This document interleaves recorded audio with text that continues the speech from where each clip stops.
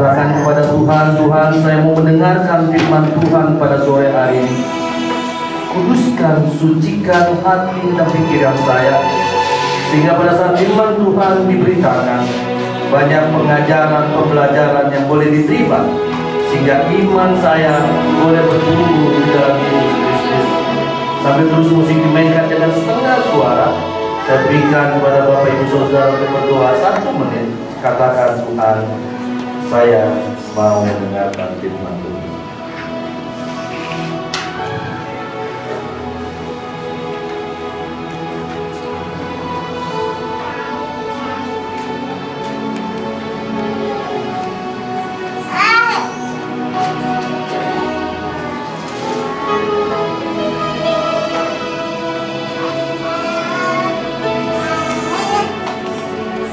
Bapa di dalam surga, kami mengucap syukur dan berterima kasih kepadamu, karena pada sore hari ini kami boleh belajar akan firman Tuhan.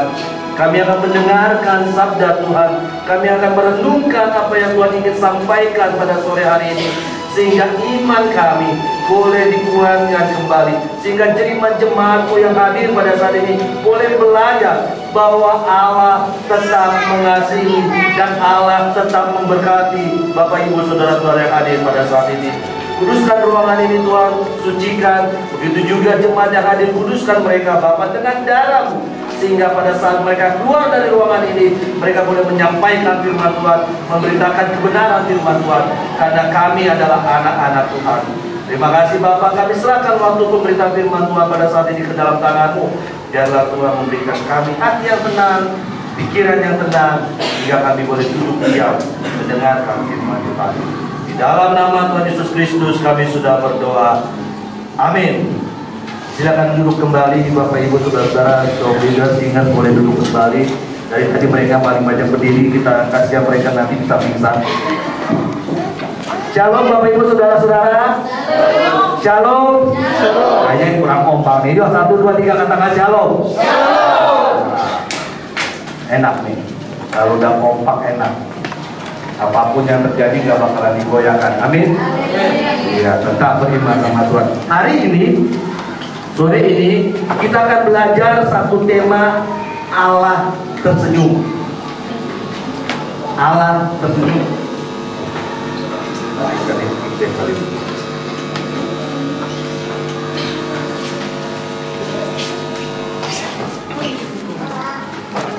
Siapa yang nggak bawa kitab? Biasanya paling enak kalau ada tulisan di sini, ada kitabnya.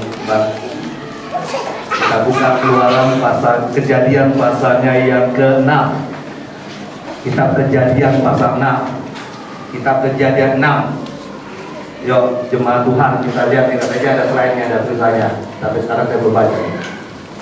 Kejadian 6 ayat yang ke-8 sampai ayatnya yang ke-22. Kejadian pasal 6 ayat yang ke-8 sampai ayatnya yang ke-22. Kejadian pasal 6 ayatnya yang ke-8 sampai ayatnya yang ke-22. Sambil dicari, saya akan membacakan. Bapak Ibu, jemaat Tuhan, adik-adik, anak semua yang hadir pada saat ini boleh menyimaknya dengan baik dan boleh menyimaknya dengan tenang. Tetapi Nuh mendapat kasih karunia di mata Tuhan. Inilah riwayat Nuh. Nuh adalah seorang yang benar dan tidak bercela di antara orang-orang sezamannya. Dan Nuh itu hidup bergaul dengan Allah. Nuh memperanakan 3 anak, 3 orang laki-laki, Sem, Ham, dan Yafet. Adapun bumi itu telah rusak di hadapan Allah dan penuh dengan kekerasan. Allah menilik bumi itu dengan sungguh-sungguh rusak benar, sebab semua manusia menjalankan hidup yang rusak di bumi. Bapak Ibu Saudara-saudara, kalau sudah Allah katakan manusia menjalankan hidup rusak di muka bumi, sudah waspada kita di sana. Kita lanjutkan. Berfirmanlah Allah kepada Nuh di ayat yang ke-13. Ayat 13. Berfirmanlah Allah kepada Nuh, aku telah memutuskan untuk mengakhiri hidup segala makhluk, sebab bumi telah penuh dengan kekerasan oleh mereka. Jadi aku akan memusnahkan mereka bersama-sama dengan bumi. Bayangkan, Allah mengatakan bumi sudah rusak, dan Allah mengambil satu kesimpulan, Allah akan menghanguskan bumi. Ayat yang ke-14. Buatlah bagimu sebuah bahtera dari kayu gofir. Bahtera itu harus kau buat berpetak-petak dan harus kau tutup dengan prakal dari luar dan dari dalam.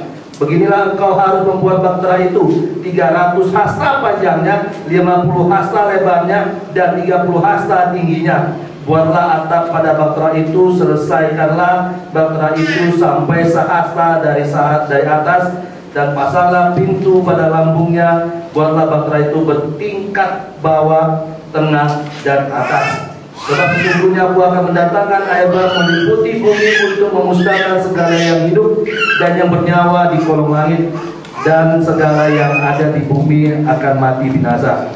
Tapi dengan engkau aku akan mengadakan perjanjianku, dan aku akan masuk ke dalam bahtera itu, dan engkau akan masuk ke dalam bahtera itu, dan engkau bersama-sama dengan anak-anakmu dan istrimu dan istri anak-anakmu. Dan dari segala yang hidup, dari segala makhluk, dari semuanya haruslah kau bawa satu pasang ke dalam bahtera itu, supaya terpelihara hidupnya bersama-sama dengan kau. Jantan dan betina harus kau bawa. Dari segala jenis burung, dari segala jenis hewan, dari segala jenis binatang melata di bumi, di muka bumi, dari semua itu harus kau bawa satu pasang padamu, supaya terpelihara hidupnya. Dan engkau bawalah bagimu segala apa yang dapat dimakan, kumpulkanlah itu padamu untuk menjadi makanan bagimu dan bagi mereka. Lalu Nuh melakukan semuanya itu tepat seperti yang diperintahkan Allah kepadanya. Demikianlah dilakukannya. Demikian jauh pembacaan firman Tuhan. Berbahagia adalah kita yang mendengar, memelihara, dan melakukan firman Tuhan dalam hidup sehari-hari. Bapak Ibu Saudara saya kasih Tuhan, saya kelewatan. Saya belum memperkenalkan diri, nggak sopan.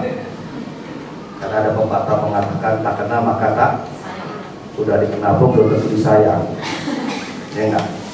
Kalau udah ketemu, kalau taruh dia perkenalkan, jadi begitu ketemu jalan pura-pura nggak tahu siapa ya gitu. Orang tua saya memberikan nama saya Pitonggam Bobing, orang Batak. Marga saya Bobing. Papa mama saya memberikan nama Pitonggam. Jadi kalau di Batak, arti dari Pitonggam itu mempunyai ilmu hitam, katanya. Ya. Jadi kalau orang ada sini orang Batak pasti ngerti itu. Itu kalau dibilang orang namanya Pitonggam, itu pasti punya magic. Nah, David Copperfield kalah sama saya. Siapa tuh yang namanya siapa itu? Pesulap kita itu Indonesia itu, kalau kalah dia. Karena saya punya Tuhan Yesus. Betul kan? Gitu. Kalah mereka yang namanya David Copperfield, David Copperfield, aduh, di bawah saya itu masih ada kelas. Ya Bapak Ibu Saudara ya. Saya sudah punya istri, 4 anak saya, 2 laki 2 perempuan. Ketepatan saya melayani di salah satu gereja Batak, bukan HKBP tapi namanya Gereja Pemuat Kristen Batak. Kalau di Tanjung Priok ini ada di Jalan Upaya dekat kantor pos.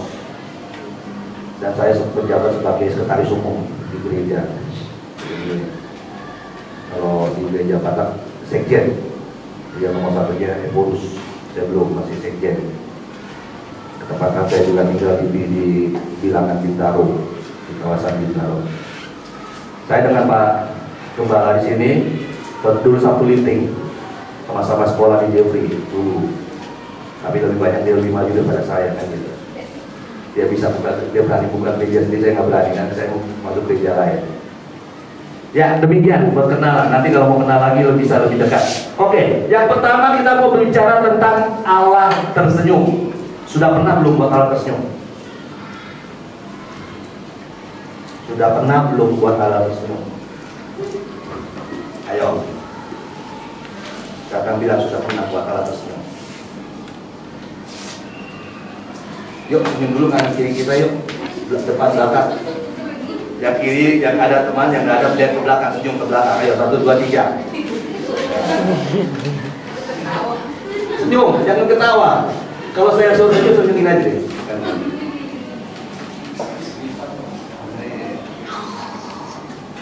Tadi pertanyaan saya sudah belum buat Allah tersenyum? Belum? Tadi kalian sudah senyum kanan kiri. Disitulah Allah sudah tersenyum. Pada saat Bapak Ibu Saudara-saudara membuat saudara-saudara seiman satu dengan yang lain tersenyum, maka Allah sudah tersenyum. Allah sudah tersenyum, maka Allah akan memberikan berkat-berkat di dalam kehidupan rumah Bapak Ibu Saudara. Amin. Mau mendapat berkat Tuhan?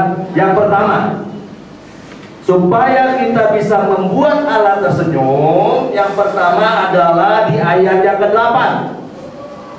Tolong ayat yang ke-8. Naik sedikit.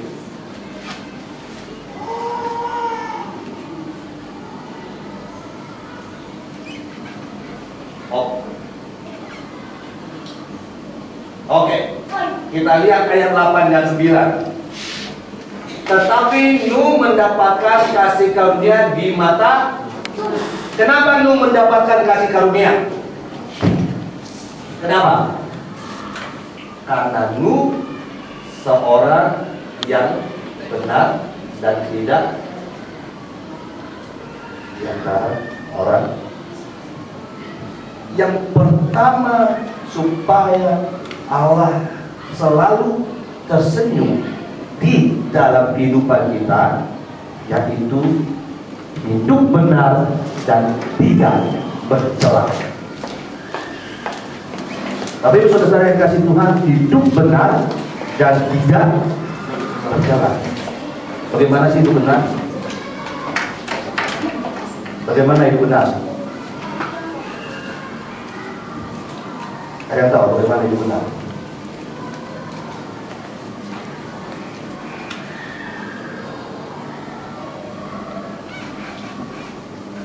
Ada sebuah cerita. Ini ada seorang ibu dengan seorang anak. Seorang anak ini terjadi di orang Batak. Saya bilang ilustrasinya orang Batak aja. Nanti kalau orang yang lain saya dimarahin lagi. Pulang nggak pulang saya nanti dari sini. Jadi ada cerita seorang ibu dengan seorang anak, orang Batak. Makanya bowing lah saya bilang. Jadi ibu ini punya utang sama mamanya. Punya utang sama mamanya, di mana mamanya mau nagih hari ini. Dia ngomong sama anaknya, "Cok, ya mak, kalau nanti opung datang, nenek datang, bilang ya emak tidak di rumah." Si cok kan dia rajin sekolah ini bilang, "Mak, bohong itu dosa," katanya gitu. "Ah, dikit aja cok, bohong kecil aja, sama mak, bohong itu dosa, mau besar mau kecil." Emaknya kan orang Batak banyak hati, dia bilang ini, dia cok ingat, hormatilah ayah dan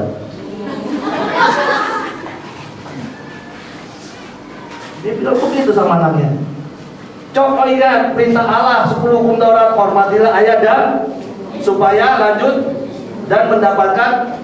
Anak siapa yang nggak takut kalau demikian? Anak siapa yang dari kita nggak takut kalau dia bilang hormatilah ayah dan ibumu ya, supaya lanjut umum kalau dia begini gimana? Datang si Ucok dengan anaknya, "Tenang bu," katanya, "ibu juga harus ingat bahwa kasihlah anakmu." Udah cocok katanya gitu, gak usah kita berdebat soal firman Tuhan. Pokoknya bilang sama opung, "Mak gak di rumah."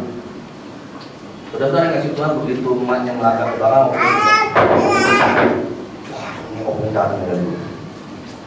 Begitu dia buka pintu, yang namanya orang Batak Bapak itu, dia selalu bertanya sama orang Batak. Begitu dia buka pintu tanpa ayo dia opungnya langsung lari ke belakang. Tapi ngomong, "Cok, di mana mamamu?"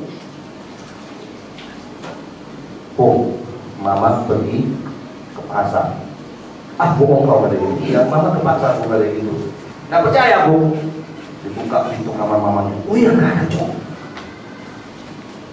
"Mama kemana, Cok?" Katanya, "Ke pasar, Bu." Dia buka pintu kamar mandi. "Oh iya, nggak ada, Cok."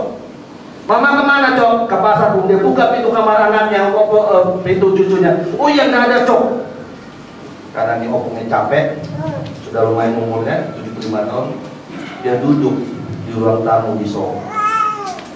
Dia duduk dengan santai. Tiba-tiba di santai-santai itu kepala opungnya lihat ke kiri, Bapak Ibu. Begitu lihat ke kiri ada sepasang kaki di sana.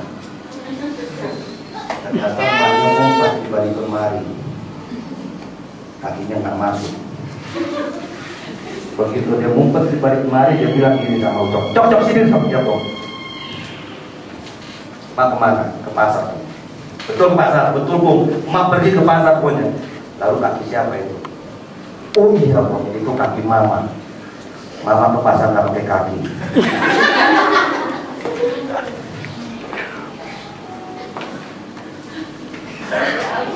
Yang bisa bohong siapa? Ucoknya atau mamanya? Ucok.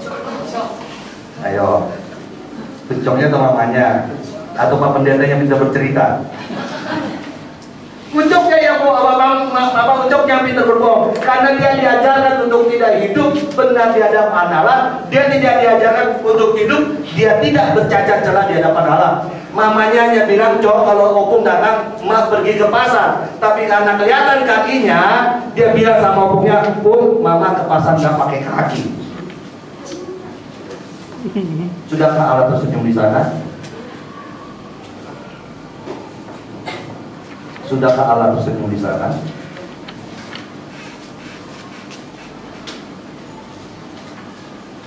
Yang mana yang tersenyum? Tidak ada. Allah tidak pernah tersenyum.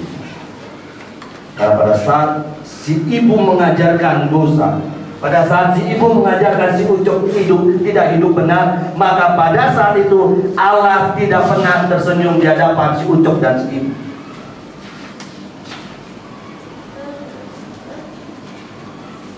Apa kita mau bertanya sama Tuhan, kenapa nggak datang berkat? Tapi Ibu Saudara, hanya dikatakan oleh Tuhan hidup benar dan tidak bercela, hidup benar dan tidak bercela. Bahkan dikatakan terakhir oleh Tuhan bahwa hidup bergaul dengan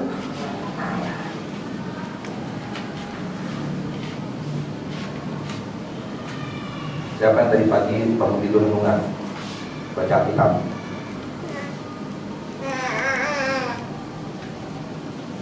Pak Pendeta hari ini mau baca kitab, ini kan sekolah minggu gereja. Pendeta kan mau khotbah, benar nggak? Benar atau benar? Kalau baca kitabnya dari Senin aja sampai hari Sabtu ya. Kalau hari Minggu dia udah pendeta deh, kalau dia urusan Pak Saiful nanti ngomong gimana dia kan gitu kan. Kalau hari Minggu baca kitabnya nanti aja. Kira-kira benar atau benar?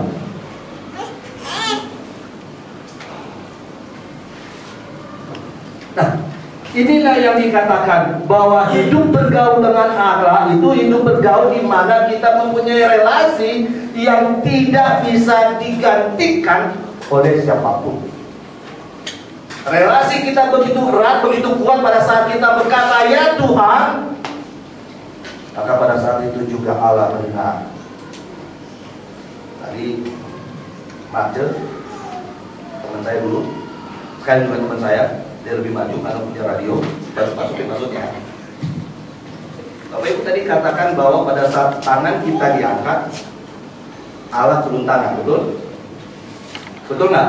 Ada lagu tadi. Pada saat kita mengangkat tangan kita, Allah turun tangan. Kayaknya perlu diulang lagu yang dibaca. Betul nggak? Bapak Ibu kalau angkat tangan sebelah mana? Sebelah kanan kan? Kira-kira Allah turun tangan sebelah mana tangannya? Ayo, ini kita akan tangannya sama Tuhan nih. Kira-kira Tuhan turun tangannya sebelah mana?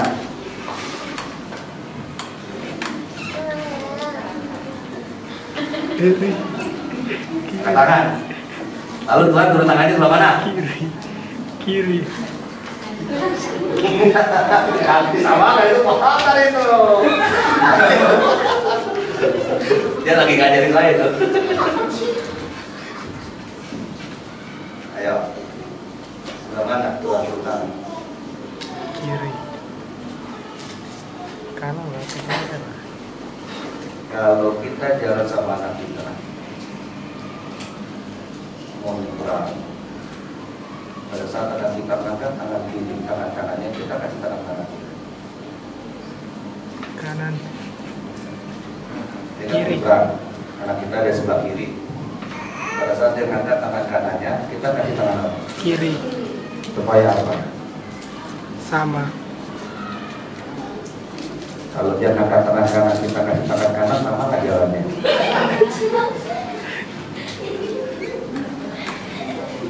Sudah kan? Kalau anak kita angkat tangan kanannya, lalu kita kasih tangan kanan kita juga, sama nggak jalannya? Enggak sama. Jalannya gimana coba? Bawa nanti buktikan di rumahnya. Bapak Ibu Saudara, pada saat kita mengangkat tangan kanan kita, ingatlah bahwa Allah akan memberikan tangan kirinya supaya pada saat kita jatuh, Allah memegang kita.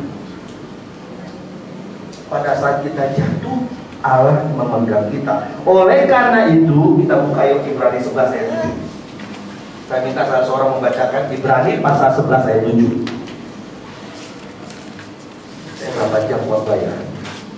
Ibu pendeta. Saya biasa menanyakan saking nanti bisa 2 jam lagi. Ya, kita baca Ibrani 11. Saya minta salah seorang membacakan Ibrani 11 ayat 7. Yang sudah ketemu boleh baca sekarang.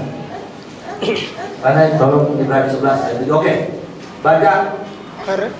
Ya, kita baca sama-sama 1, 2, 3. Karena iman Kamu yang penciptalah yang sebenarnya belum kelihatan dengan taat mempersiapkan bahtera untuk menyelamatkan keluarganya, dan karena iman itu ia menghukum dunia dan ia ditentukan untuk menerima kebenaran sesuai dengan imannya.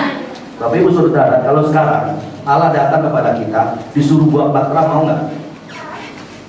Kalau sekarang Allah datang kepada kita disuruh kita buat bahtera, mau nggak? Kenapa Pak?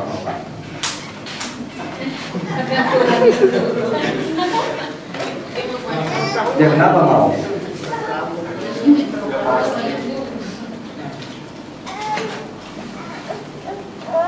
Siapa yang mau? Pakai logika. Kalau ini di saat ini kalau Allah datang kepada kita disuruh buat bahtera, mau? 300 hasta panjangnya, lebarnya sekian, tingginya sekian, siapa yang mau?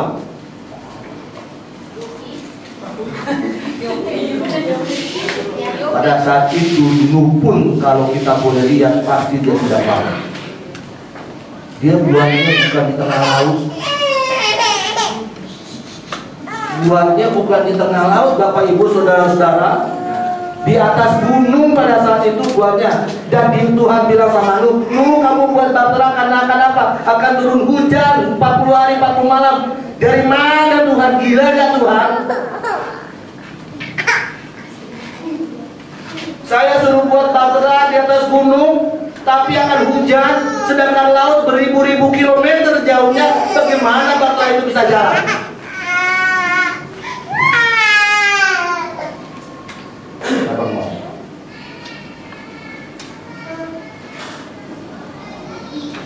Tidak ditulis di Alkitab Nuh pernah berprotes sama Tuhan kan? Hanya dibilang hidupnya tidak tercela di hadapan Tuhan, bukan berarti dia tidak pernah protes di hadapan Tuhan. Tidak tercela berarti tidak melakukan dosa yang lebih kecil daripada yang lain. Tapi bukan berarti dia tidak pernah protes kepada Tuhan. Bapak Ibu coba bayangkan, dia disuruh buat bahtera yang pada saat itu, dan dia bukan ahli matematika dan dia bukan seorang insinyur. Hanya 3 punya anak, 1 istri. Dan calon 3 istri anak. Apakah Nuh protes?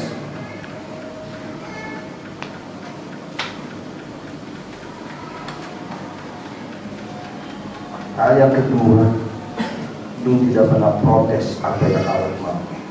Tetapi bukan berarti Nuh tidak pernah protes kepada Allah. Dari mana kita mau buat bahtera?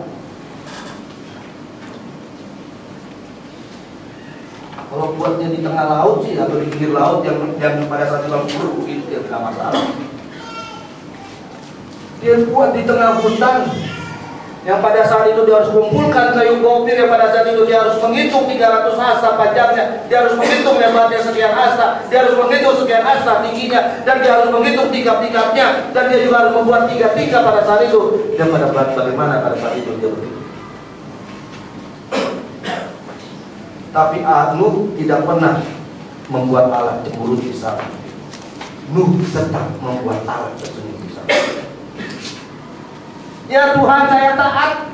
Oleh karena itu pada saat dia beriman kepada Tuhan, pada saat dia mempunyai iman kepada Tuhan, dia taat.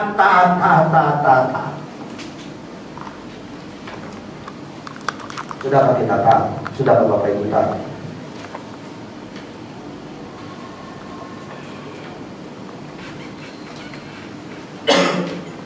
Sudahkah kita taat?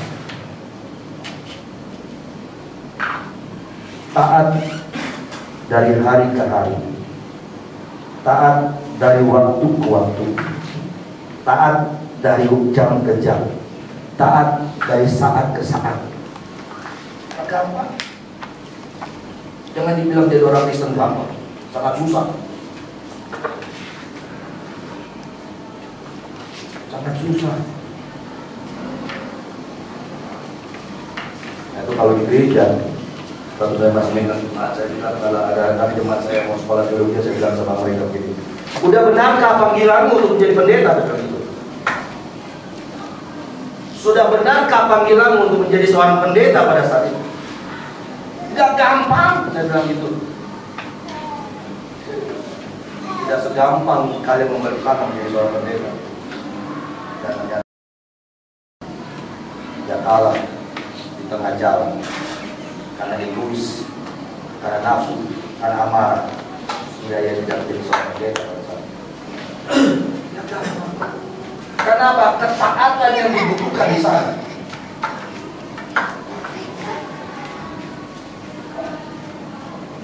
Kalau saya boleh cerita, saya beberapa kali pindah sekolah teologi, karena saya nggak taat sama Tuhan. Saya bilang Tuhan, saya protes sama Tuhan selalu. Dan sekolah di REM, saya pernah sekolah di STT Karawaci, itu pun nggak lulus. Saya pindah ke REM, di REM pun nggak lulus, panjang marknya. Saya pulang menggunakan diri, saya dapat S2-nya di sekolah teologi S1. S1-nya saya, S1-nya di Jeffrey saya lulus, S2-nya dari S3. Di S2-nya saya nggak kata. Ya, kita boleh bilang sama Tuhan, tapi jangan sampai pernah lupa, buatlah Allah tetap tersenyum. Buat Allah tetap tersenyum. Bagaimana kita membuat Allah supaya tetap tersenyum? Buatlah Dia di dalam kehidupan kita. Kita kembali ke Kejadian pasal 6 ayat 22. Kita jadi kepada Kejadian pasal 6. Kita lihat ayat 22 sekarang. Kejadian pasal 6 ayat 22.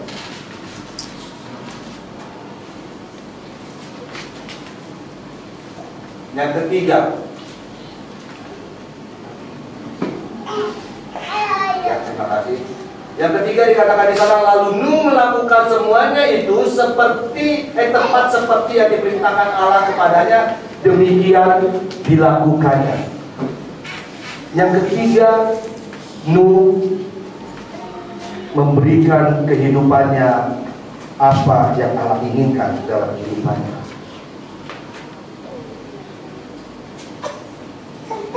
Dia bukan hanya taat kepada Tuhan, tapi dia melakukan apa yang Allah perintahkan dalam kehidupannya. Dia bukan hanya taat kepada Tuhan, tapi dia mempraktekkan apa yang Alkitab katakan dalam hidupnya. Dia bukan hanya taat kepada Tuhan, tapi dia juga melakukan apa yang Tuhan katakan dalam hidupnya. Seberapa jauh kita mempraktekkan firman Tuhan?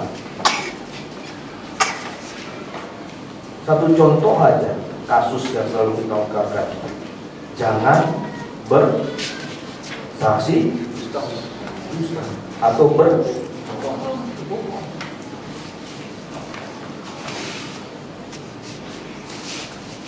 berbohong aja bisa kita banyak dalam satu hari.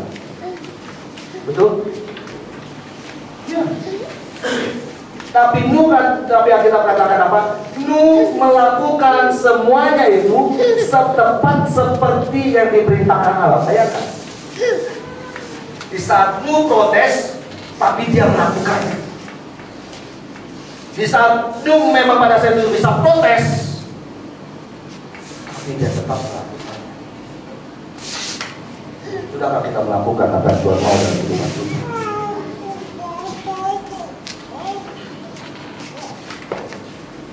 Bapak Ibu Saudara yang kasih Tuhan, apa yang sedang Bapak Ibu lakukan untuk gereja ini? Jangan selalu bertanya apa yang gereja lakukan untuk kita, tapi tanyalah apa yang sudah kita lakukan untuk gereja. Itu yang saya tekankan ke jemaat saya pada saat saya 11 tahun memegang jemaat sebelum saya jadi pimpinan. Apa yang sudah kalian berikan untuk gereja? Jangan tanyakan apa yang gereja berikan untuk kalian. Persembahan Pak Pendeta, berapa persembahan yang kalian berikan? Ujung-ujungnya cukup lebih banyak kalian beli rokok daripada beli persembahan.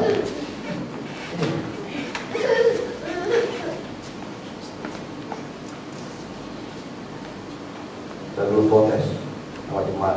Sekarang begini, saat ini setelah khotbah saya bilang sama jemaat, mau persembahan, kalian ambil dompet kalian, tutup mata, ambil selembar, kasih langsung sama Tuhan.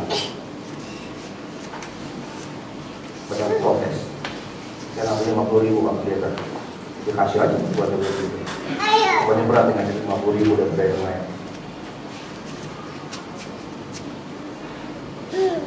Ya. Kalau ke gereja hitungannya udah kayak matematika yang jelimet banget. 2 tambah 1 tambah 3 kali 4 kali 5. Benar nggak? Kalau ke gereja udah jelimet gitu. Hasilnya nggak tahu berapa gitu. Tapi Nuh katakan di ayat yang terakhir di ayat 22, Nuh melakukan semuanya itu tepat seperti yang diperintahkan Allah kepadanya. Demikianlah dilakukannya. Jadi bukan hanya taat Nuh pada saat itu, dia melakukannya walaupun hatinya sangat berat pada saat itu. Karena apa? Nuh mau membuat Allah tersenyum. Karena apa? Nuh mau membuat Allah senang. Karena apa? Nuh mau membuat Allah bahagia. Pada saat Allah bahagia, pada saat itu juga Allah memberikan berkatnya pada kita.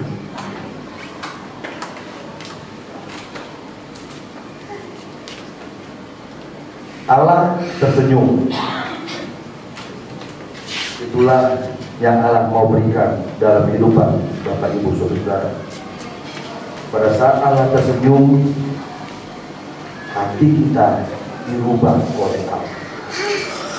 Pada saat Allah tersenyum, hati kita dirubah oleh Allah.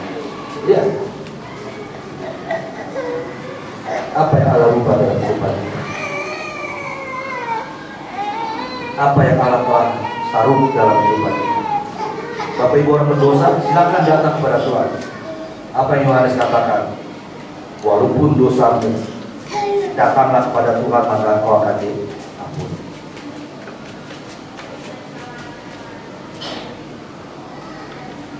Tuhan tidak melihat kita seorang penjahat, seorang koruptor, seorang yang kalau orang bilang gagal, yang tidak takut, nekat.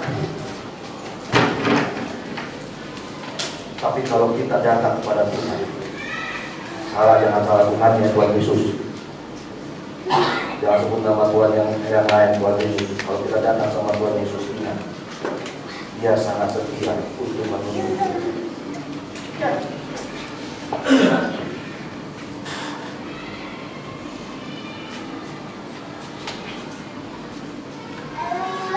Bapak Ibu Saudara-saudara dari Tuhan,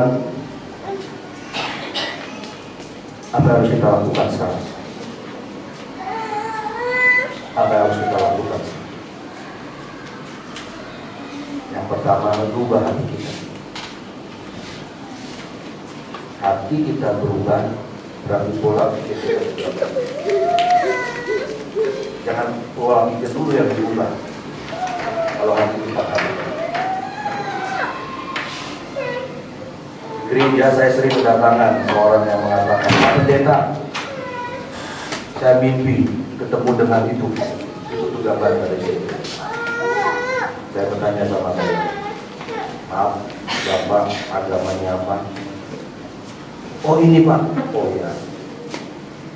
Jadi ketemu sama yang itu, saya bilang, iya ketemu. Terus mau ngapain? Saya bilang, saya mau jadi Kristen. Oh mau jadi Kristen? Bagus dong, saya bilang itu mau jadi Kristen.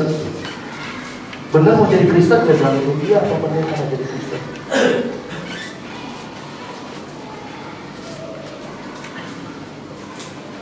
Kalau kau mau jadi Kristen, tanggalkan dulu agamamu yang lama. Itu kenapa begitu? Iya. Kalau kau yang merubah mindsetmu untuk hidup jadi Kristen, tapi hatimu tidak, engkau tidak akan Kristen. Tapi begitu hatimu kau rubah, maka pikiranmu pasti berubah. Tuhan Yesus pernah nggak berubah pikiran dulu? Tuhan Yesus pasti berubah hati kita kan? Nggak pernah Tuhan Yesus berubah pikiran kita kan? Pada saat Tuhan Yesus sentuh hati kita, maka pikiran kita berubah. Jangan menjadi Kristen karena kita berpikir bahwa itu adalah Kristen karena dia hati dalam diri kita, tapi hati kita demi. Atau begitu.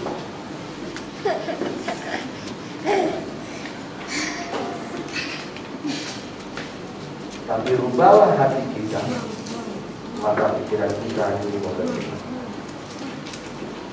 Maka itu kalau disentuh hatimu oleh Tuhan Yesus Kristus, engkau akan menangis terpisak-pisak pada saat itu. Jadi jangan bermain sama saya soal kau menjadi Kristen kalau hatimu tidak berubah. Masa kau pakai baju jadul? Kau coba mau galpak, kau pakai baju baru, bagaimana rasanya? Berulang. Kita punya pakai baju yang sekarang kita pakai, lalu kita mau pakai baju baru, kira-kira gimana rasanya? Gak enak kan? Gak enak. Tanggalkan bajumu yang lama, maka bajumu yang baru boleh. Bapak Ibu sudah kasih Tuhan, buatlah alat tersebut. Pada saat saudara membuat alat tersebut, maka Allah akan membuat saudara tersebut. Yuk senyum lagi yuk, ke kiri kanan kita yuk. Katakan Allah akan tersenyum kepadamu. Pelan-pelan. Masa bisik-bisik kepala sih?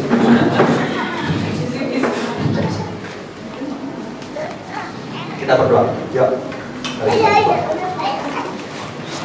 Saya minta musik. Mana mau main musiknya? Yang ganteng.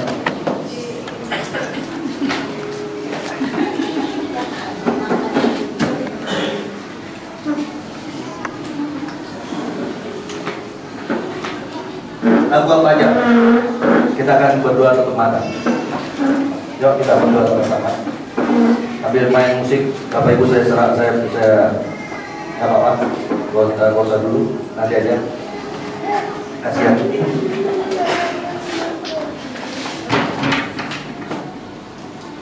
Kita tundukkan kepala pada sore hari ini bersama-sama. Tutup mata saudara.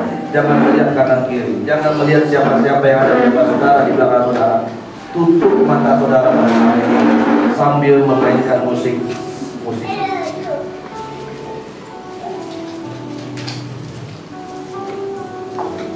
Tapi Ibu saudara-saudara kasih Tuhan, tadi firman Tuhan mengatakan buat Allah tersenyum. Buat Allah tersenyum. Belajar membuat Allah tersenyum. Walaupun dalam hatinya dia kadang-kadang kesal, Tuhan bagaimana sih buat bahtera itu? Nuh belajar pada saat itu untuk membuat Allah tersenyum walaupun dalam hatinya, Tuhan capek bener saya buat bahtera. Tapi karena dia taat kepada firman Tuhan, dia taat kepada Tuhan, dia katakan, Tuhan, saya mau taat dan melakukan yang terbaik bagi kita. Pada sore hari ini saya mengajak Bapak Ibu Saudara untuk berkata, Tuhan, masih layakkah saya di hadapan-Mu pada saat ini karena ketidaktaatan saya?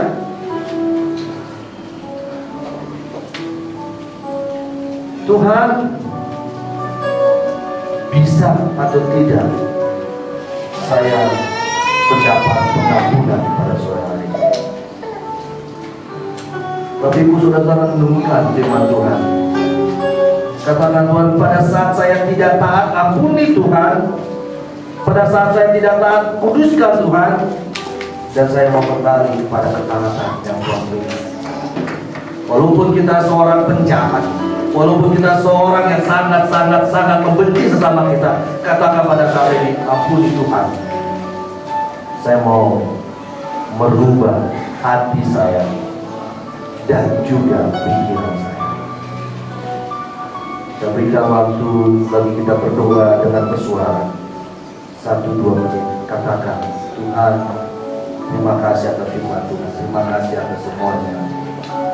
Terima kasih ya Tuhan. Kau begitu baik. Kau begitu Tuhan. Terima kasih Tuhan untuk apa yang Tuhan berikan.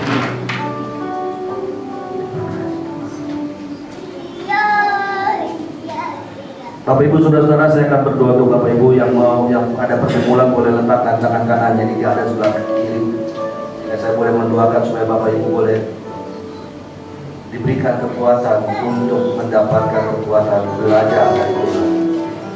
Tuhan Yesus, Kau melihat jemaat-Mu, anak-anak Tuhan yang hadir pada saat ini, di mana mereka meletakkan tangan kanan mereka di dada kiri mereka.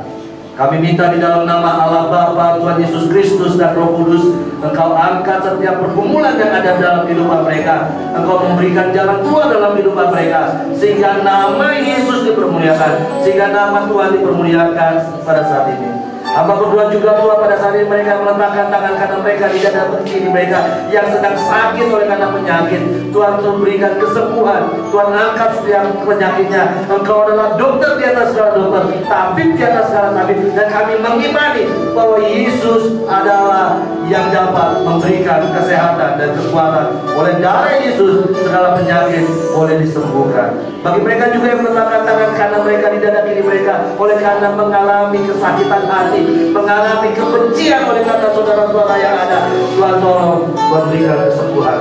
Tuhan angkat beban sakit hatinya pada saat ini Yesus. Biarlah Roh Kudus Tuhan berbicara, sehingga ia boleh mengampuni, boleh mengampuni, boleh mengampuni. Dan nama Tuhan boleh dipermuliakan. Bapak di surga, hamba berdoa untuk pendeta Saiful dan keluarga. Tuhan berkati hamba-Mu ini, istri dan anak-anak. Tuhan pakai mereka lebih luar biasa pada gereja-Mu ini. Engkau berkati juga jemaat-Mu yang hadir pada saat ini, pemusik, liturgis, dan semua yang hadir, baik siapapun yang taat kepada Yesus, yang datang ke kebaktian ibadah ini adalah orang yang benar di hadapan Tuhan. Engkau berkati mereka, kuduskan, sucikan, saat mereka hidup dalam rumah tangga. Berkati Tuhan, sebagai suami, sebagai istri, sebagai anak. Saat mereka harus pergi ke kantor, saat anak-anak mereka harus sekolah, Tuhan sertai, Tuhan jaga, dan mereka boleh menyaksikan bahwa Allah bersembunyi dalam hidup mereka. Hamba-Mu sudah berhenti berbicara, tetapi Allah, Roh Kudus Tuhan tidak akan berhenti. Berkati, lindungi, sertai, jaga. Dalam nama Tuhan Yesus Kristus kami sudah berdoa. Amin.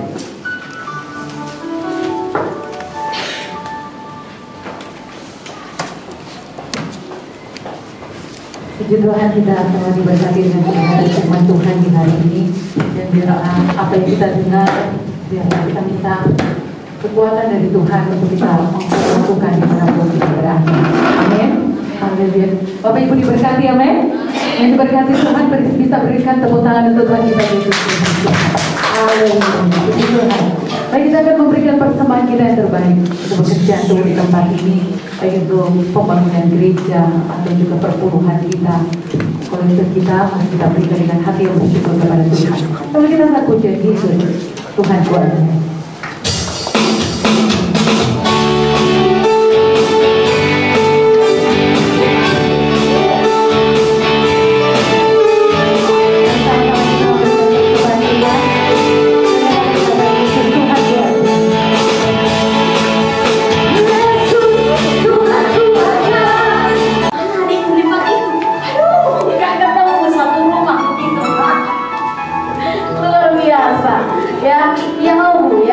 Kita belum ketemu dari kemarin. Jadi ini adiknya Dipati. Ya, baru datang dari Nias. Nanti boleh ngobrol-ngobrol, minta oleh-oleh sama dia. Di sana itu banyak ikan dan segala macam ikan ada. Ada rahasia kata Melody di Pastori, mari datang. Oleh-olehnya banyak ya. Iya, oleh-oleh banyak ya kan? Iya. Ada babi kering, ada ikan kering, segala yang kering dibawa. Penasaran kan? Datang ke Pastori. Itu dia. Atau nanti konsel kita selesaikan secara jantan seperti hari kemarin kan? Ada babi lukas berlimpah di Pastori. Luar biasa. Jadi kalau sampai lapar-lapar datang ke Pastori ya.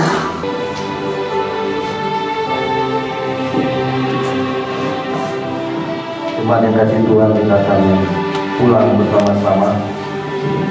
Arahkan hatimu, angkatlah kedua tanganmu dan terimalah berkat Tuhan.